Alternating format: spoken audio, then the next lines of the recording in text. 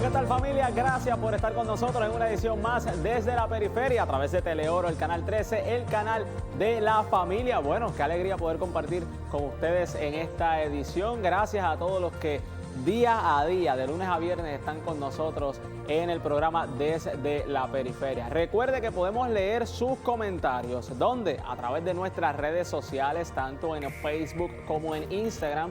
Ahí puede conseguirnos, queremos leer su opinión sobre los temas que presentamos en el programa, comentar, conversar con ustedes y a la vez, sepa usted que nos puede dar ideas de temas que usted quiere que se discutan aquí. Recuerde que este programa busca tocar temas de actualidad desde una perspectiva de fe y de iglesia.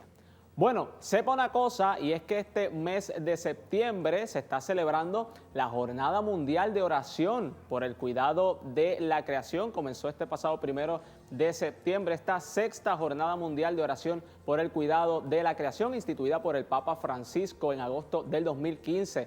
Por este motivo, la Oficina de Prensa de la Santa Sede publicó el texto del mensaje del Santo Padre para esta Jornada Mundial, fecha que recuerda la importancia de este tema, explicado también en la carta encíclica Laudato Si, que trata sobre el cuidado de la casa común, publicada en la solemnidad de Pentecostés del pasado 2015. En el mensaje de esta Jornada Mundial de Oración, el Papa reconoce que la pandemia actual nos ha llevado de alguna manera a redescubrir estilos de vida más sencillos y sostenibles, por lo que destaca que, y dice el Papa, que necesitamos aprovechar este momento decisivo para acabar con actividades y propósitos superfluos y destructivos y para cultivar valores, vínculos y proyectos generativos. Además, dice el Papa que debemos examinar nuestros hábitos en el uso de energía, en el consumo, el transporte y la alimentación, que es necesario eliminar de nuestras economías los aspectos no esenciales y nocivos y crear formas fructíferas de comercio, producción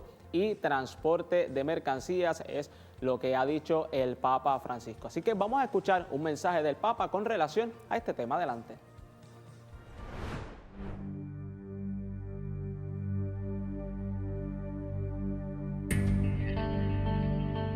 Existe una relación entre nuestra vida y la de nuestra madre, la tierra.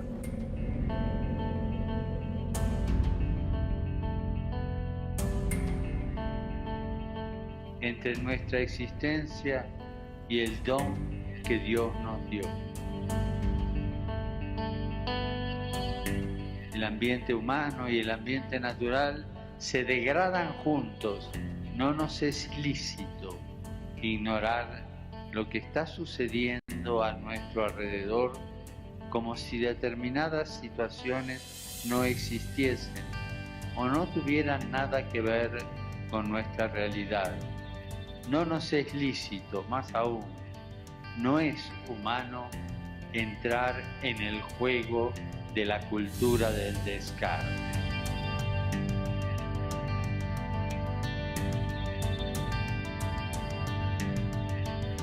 No solo estamos invitados a ser parte de la obra creadora, cultivándola, haciendo crecer, desarrollándola, sino que estamos también invitados a cuidarla, protegerla, custodiarla.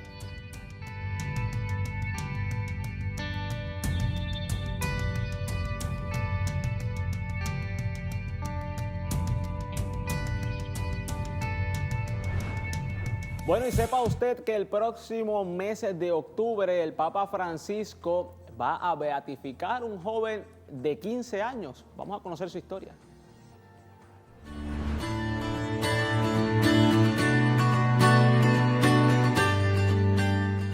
Carlos Acutis nació el 3 de mayo de 1991 en Londres. Sus padres, Andrea Acutis y Antonia Salzano, eran de Milán, pero se encontraban en Londres temporalmente por motivos laborales. Carlos Acutis recibió el sacramento del bautismo el 18 de mayo en la parroquia Nuestra Señora de los Dolores. El 8 de septiembre de 1991 regresan a Milán. En 1995 inicia el jardín de infantes en la Escuela Municipal de Parco Pagano, en Milán. En septiembre de 1997 inicia la escuela primaria en el Instituto Tomaseo de las Religiosas Marcelinas. Desde muy joven, procuró vivir su fe en todos los aspectos de su vida.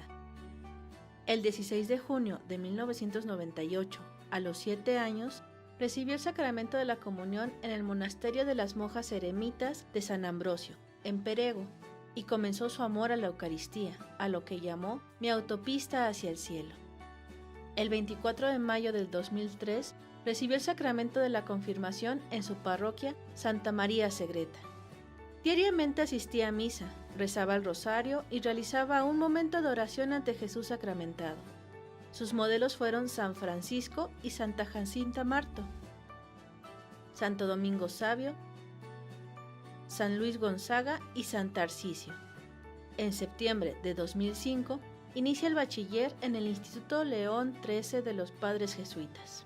En su adolescencia pasaba tiempo con su familia y sus amigos.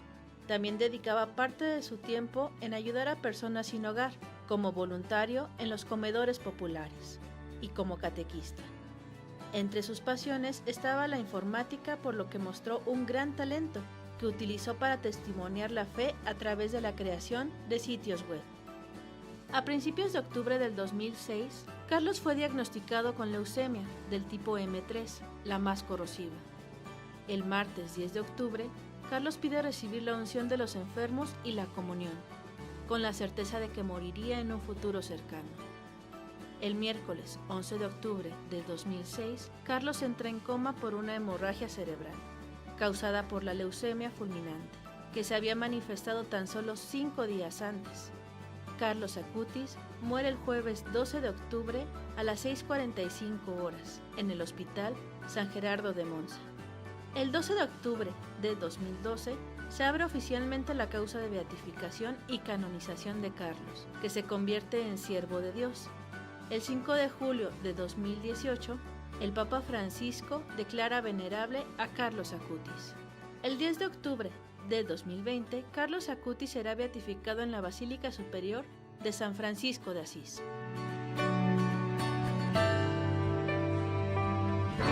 Interesante historia, estaremos pendientes para el próximo mes de octubre cuando ocurra esta beatificación. Hacemos la pausa en breve, no se vaya porque nos vamos de road trip con Jesús. Eso y más aquí en Desde la Periferia, ya regresamos.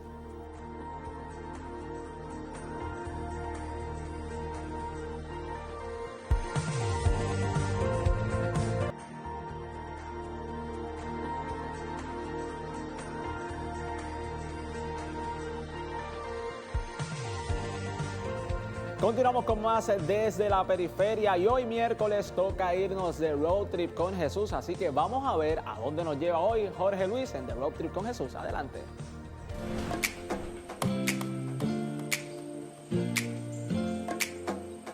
Y hoy estamos en el pueblo de Corozal.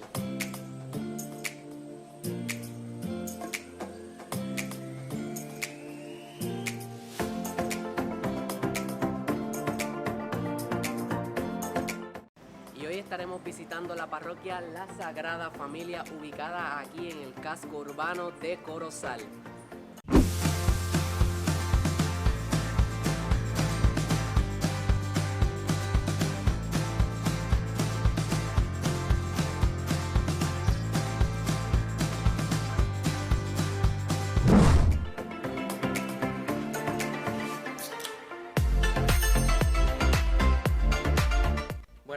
Ya estamos aquí adentro de la parroquia y me encuentro con Ramón Torres. Ramón, gracias por aceptarnos, ¿verdad? Y acogernos en este lugar, en esta parroquia aquí en Corozal.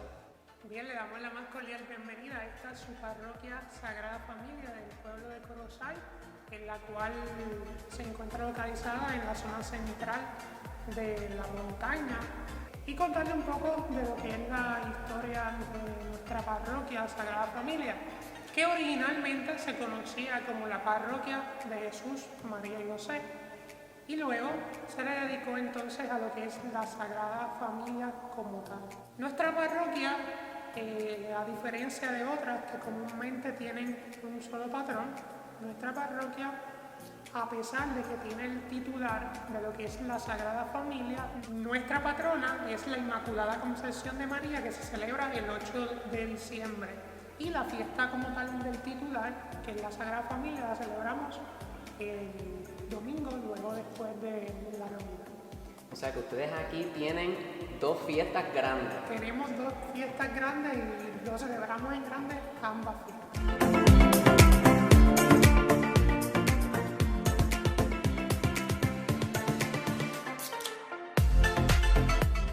¿Y esta parroquia, qué año fue fundada? Queremos conocer un poquito más de la fundación de este lugar.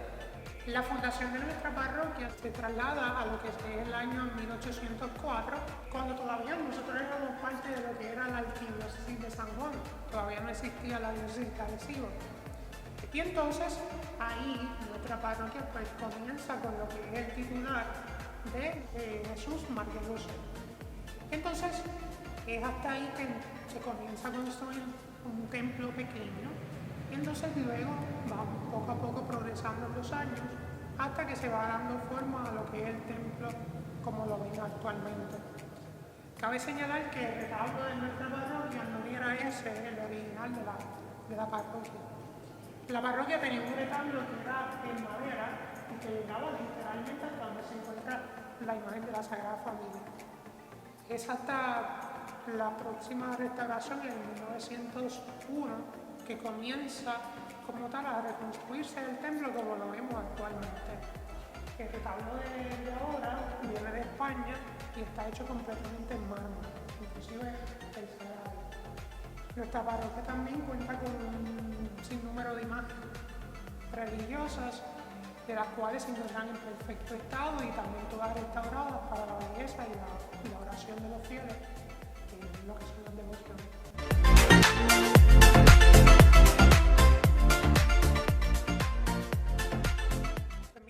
Dato curioso, nuestra parroquia ha recibido casi la gran mayoría de los sacerdotes de la diócesis de Arecibo, inclusive Monseñor Daniel Fernández Torres, obispo actual de la diócesis, sirvió aquí como diácono en su etapa pastoral y también pues, muchos de los sacerdotes conocidos de la diócesis han pasado por la escuela de Corozal.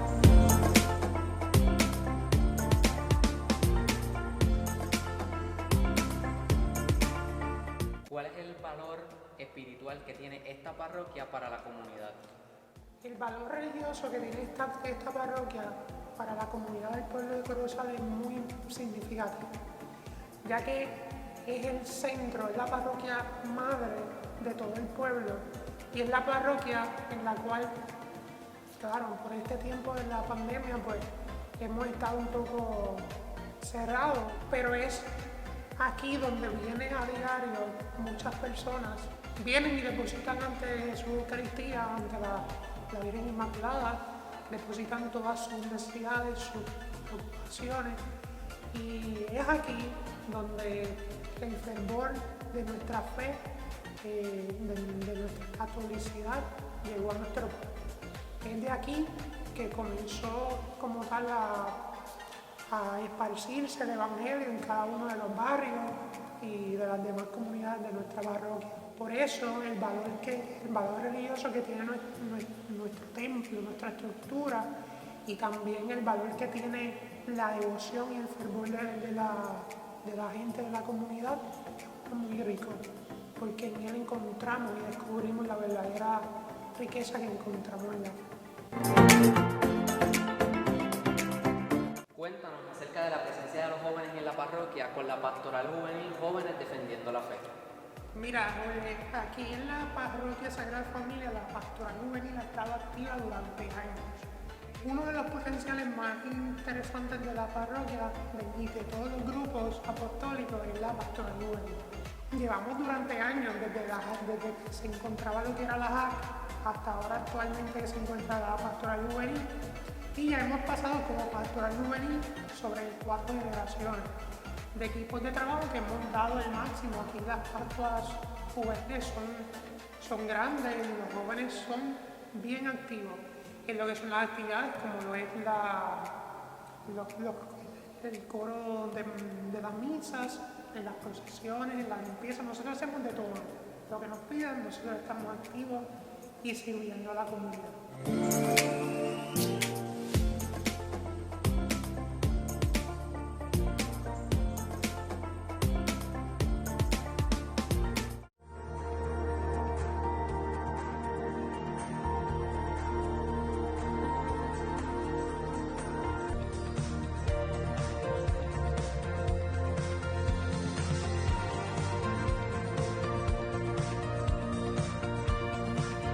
Continuamos con más desde la periferia a través del canal de la familia Teleoro, el canal 13. Bueno, tenemos que darle las gracias a las personas que hacen posible que este programa llegue hasta ustedes como parte de nuestra escenografía. Gracias a Full Advertising por auspiciar este proyecto. Ellos trabajan todo tipo de rotulación comercial, imprenta en general y artículos de promoción. Pueden llamarlos al 787-769-0316 o al 787-566-2434 o visitarlos en su página de internet www.prfull.com. Bueno, y en el programa ahora recibimos a Padre William Saltar. Padre, gracias por estar aquí con nosotros. Hay un tema que por eso es que lo he invitado hoy. Es un tema muy importante que parece que la gente debe conocerlo.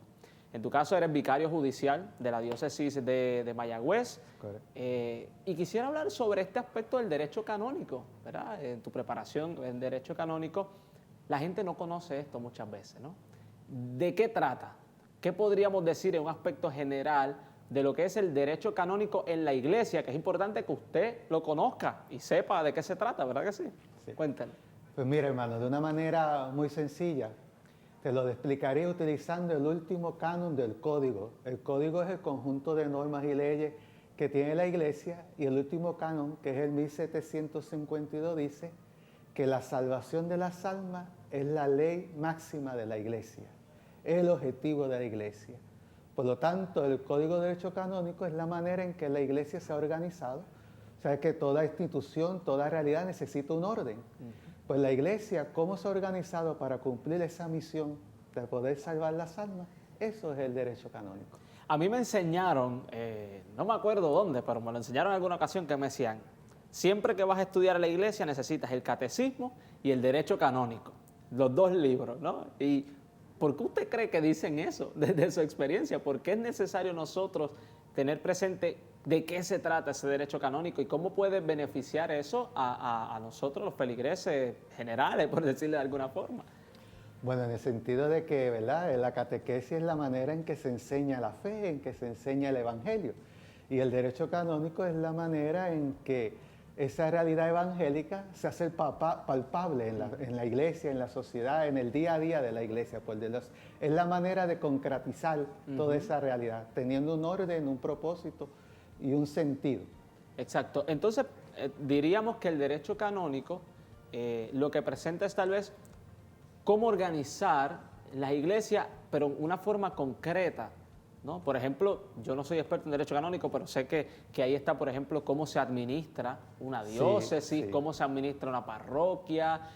¿Qué otras cosas podemos encontrar con relación a eso? El Código de Derecho Canónico se compone de 7 libros, por decir de 7 partes. La primera parte es la que se conoce como las normas generales, y de esa habla un poco de qué son las leyes, cómo se aplican, dónde están, quién las administra, esas cositas. El otro libro es el que se llama Del Pueblo de Dios, ese es el más extenso del código, y habla, por ejemplo, de las obligaciones, de los derechos, de los deberes de los fieles, habla de la constitución jerárquica de la iglesia, o sea, ahí donde se habla del Papa, su función, sus potestades, se habla de los obispos. También ahí es donde se habla, por ejemplo, de la vida consagrada, cómo se rige, qué es, para qué, cómo se comporta en la iglesia. Hay otro libro que es el que tiene que ver también con la función de enseñar en la iglesia, que ahí tiene que ver sobre todo justamente con la catequesis, con la predicación, también con la educación católica. Está el tercer libro, ese es el cuarto, el de enseñar. El tercer libro, el cuarto, es el que tiene que ver con los sacramentos, que se llama así la función de santificar. Sobre todo con los sacramentos, cómo se administra, qué son, y los lugares y los tiempos sagrados. También hay otro libro que tiene que ver también con las sanciones y las penas en la iglesia, ¿no? Lo que son los delitos y las penas a esos delitos. También hay otro libro que trata sobre los bienes temporales, o sea, las distintas propiedades, bienes eclesiásticos, cómo se administran, cómo se adquieren. Y hay otro que se llama el de los procesos. Y ese como tal es el libro que tiene que ver con la ejecución de la justicia. Ahí donde están, por ejemplo, los tipos de tribunales, las funciones, los ministros del tribunal y los distintos procesos que hay en la iglesia. O sea que estamos hablando que, por ejemplo, si nosotros estamos trabajando la catequesis y queremos organizar, estructurar la catequesis en una diócesis, nosotros no solamente podemos pensar en vamos a desarrollar este proyecto porque nos parece que está bien así, sino que tenemos que conocer qué es lo que se estipula en el derecho canónico, en las leyes de la iglesia. Claro, pero por ejemplo, en el ejemplo que presenta, el derecho canónico presentaría como una organización general, unos principios generales, porque el derecho es para todo el universo, para toda la iglesia universal. Ya en ese caso, cada obispo emitiría una serie de reglas basadas y fundamentadas en esas leyes universales para aplicarle esa catequesis como se lleva en la realidad concreta de su diócesis. Eso es lo que se conoce como el derecho particular. Ok, entonces quiere decir que estamos, a modo de quizá de resumen, pues yo estoy aprendiendo, porque al igual que quizás muchos de los que nos están viendo no conocemos del tema, es la primera vez que nos enfrentamos a ello. Estamos hablando que el derecho canónico son leyes que tiene la iglesia, pero no podemos confundirla como que si no las cumplimos es un pecado o como si fuera un mandamiento, ¿verdad? Hay un distintivo en eso. No es que si no se sigue lo que dice esa ley, no es que estamos en pecado, o sí, no sé. Bueno, no todo delito es pecado, ¿verdad? Que se puede decir así, pero sí, la manera son normas que hay que seguir en el sentido de que se han puesto para que haya ese orden, esa organización, esa capacidad de ejecutar esa misión en la iglesia. Por lo tanto, hay que seguirla, hay que obedecerla. Y en el caso del fiel cristiano, ¿verdad? Porque solamente el derecho canónico aplica a los fieles cristianos. Exacto, si usted no es cristiano, no No la aplica, y en no el tiene por qué caso, seguirlo. no tan solo, ¿verdad? El fiel católico. Exacto, exactamente. Sí. Por ejemplo, hubo un tema que ha estado muy reciente y es esta cuestión del matrimonio. Por ejemplo, que el Papa Francisco dice, no, que el Papa hizo unos cambios y que la nulidad matrimonial es más fácil. Pero eso como que no nos queda claro. O sea, ¿qué es lo fácil? ¿Qué es el cambio? ¿Cambió un mandamiento? ¿Qué fue lo que hizo el Papa? Por ejemplo, quizá a un nivel general nos pudiera dar un ejemplo concreto de cómo es que hizo, qué fue lo que hizo el el Papa Francisco. No es que haya cambiado nada en el concepto ni en la constitución del matrimonio, ¿no? Ni del sacramento. Solamente que hay una realidad en la iglesia donde a veces hay matrimonios que por alguna razón no son matrimonios, no se constituyen sacramento en la iglesia.